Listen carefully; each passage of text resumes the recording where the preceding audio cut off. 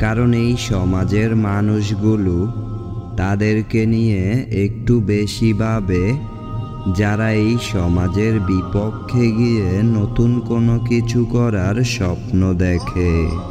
কারণ তারাও এইভাবে তাদের জীবন পার করে যাচ্ছে। আর এমন পরিশ্রম কখনো কোনো মানুষের সুখের কারণ হবে না। তাই এই পৃথিবীতে নিজের কষ্টগুলো নিজেকেই দূর করতে হবে।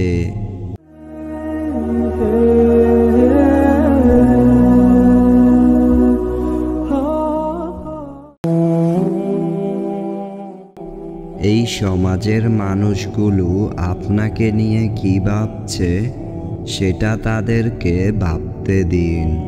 কারণ এই সমাজের মানুষগুলো তাদেরকে নিয়ে একটু বেশি ভাবে, যারা এই সমাজের বিপক্ষে গিয়ে নতুন কোনো কিছু করার স্বপ্ন দেখে। এই সমাজের মানুষগুলো তাদেরকে একটু বেশি ছোট করে দেখে, যারা অন্যের হয়ে গাধার মতো পরিশ্রম করতে চায় না। কিন্তু আপনি চাইলে তাদেরকে কোনো জবাব দিতে পারেন না, কারণ আপনি এখনো নিজের ভবিষ্যতের জন্য কোনো কিছুই করে দেখাতে পারেননি। কিন্তু এই অপমানের জবাবটা আপনি তখনই দিতে পারবেন যখন আপনি আপনার ভবিষ্যতের জন্য কিছু করে দেখাতে পারবেন। আপনি অন্যের হয়ে যতই কঠোর পরিশ্রম করুন না কেন, দিন শেষে আপনি নিজের মাঝে কোনো আনন্দই খুঁজে পাবেন না।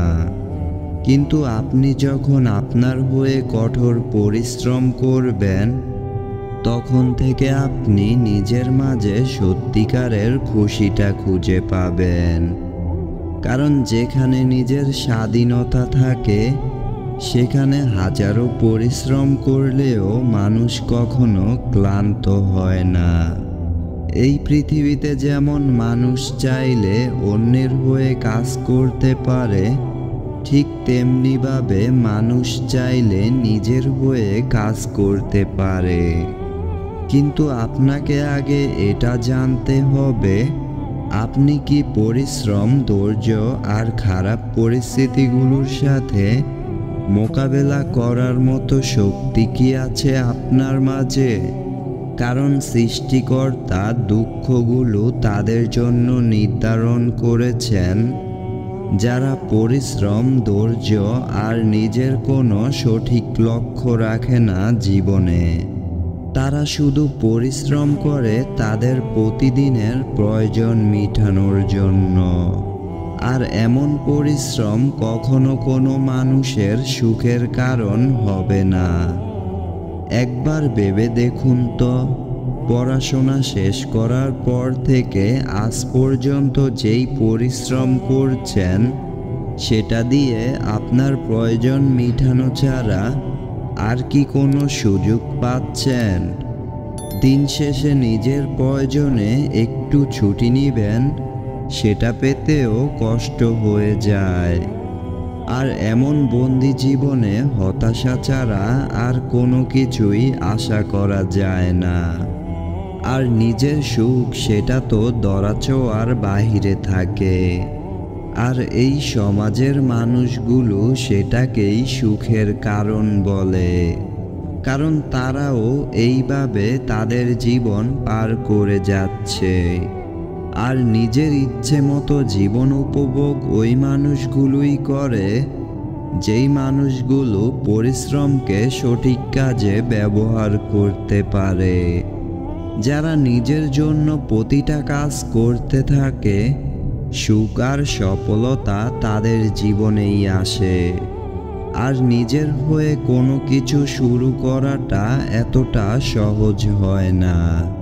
যেই জিনিসটা শুরু করতে হলে আপনাকে পরীক্ষা দিতে হবে, পরিশ্রম, ধৈর্য আর খারাপ পরিস্থিতির মুখোমুখি হতে হবে আপনাকে।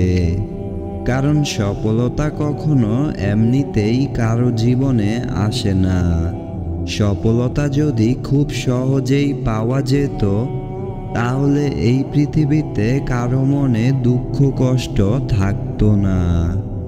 আর সৃষ্টিকর্তাও এই তিনটি জিনিস দিয়ে সফলতা ডেকে রেখেছেন: ধৈর্য, পরিশ্রম আর খারাপ পরিস্থিতির মুখোমুখি হওয়ার পরেও যেই মানুষগুলো কখনো হাল ছেড়ে না দিয়ে আরও ভালোভাবে নিজের ভুলগুলো সংশোধন করার চেষ্টা করবে, তারাই জীবনে সফলতার উচ্চতায় পৌঁছাতে পারবে।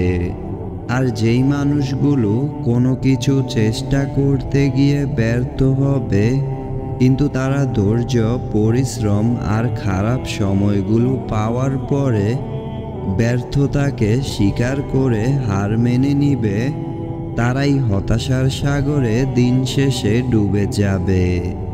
দেখুন, আপনার জন্ম হয়তো এমন একটা পরিবারে হয়েছে যেখানে আপনি একদিন কাজ না করলে হয়তো আপনার পরিবারের চলতে অনেক বেশি কষ্ট হয়ে যায়।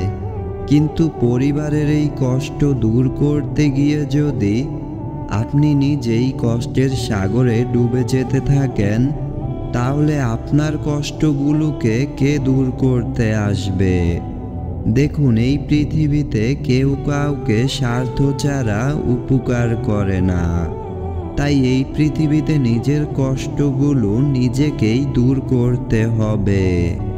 বর্তমান পৃথিবীতে এমন অনেক কাজ আছে যেই কাজগুলো আপনি আপনার অবসর সময়ে করতে পারবেন।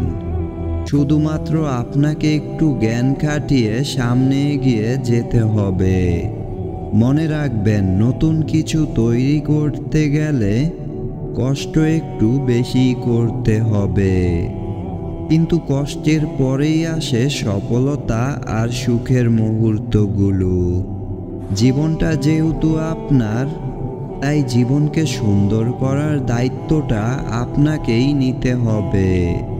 আর আপনি যদি অজুহাত দিতে দিতে পরিশ্রমগুলোকে এড়িয়ে যেতে থাকেন, তাহলে দুঃখ কষ্টের বোঝাটা আপনাকেই বহন করতে হবে। কারণ ভালো সময়ে সবাই আপনার পাশে থাকলেও খারাপ সময়ে অজুহাত দিয়ে সবাই আপনার থেকে তাদের দূরত্ব বাড়িয়ে দিবে। তাই মানুষ কি বলল, মানুষ কি ভাবলো আপনাকে নিয়ে, সেটা তাদেরকে ভাবতে দিন।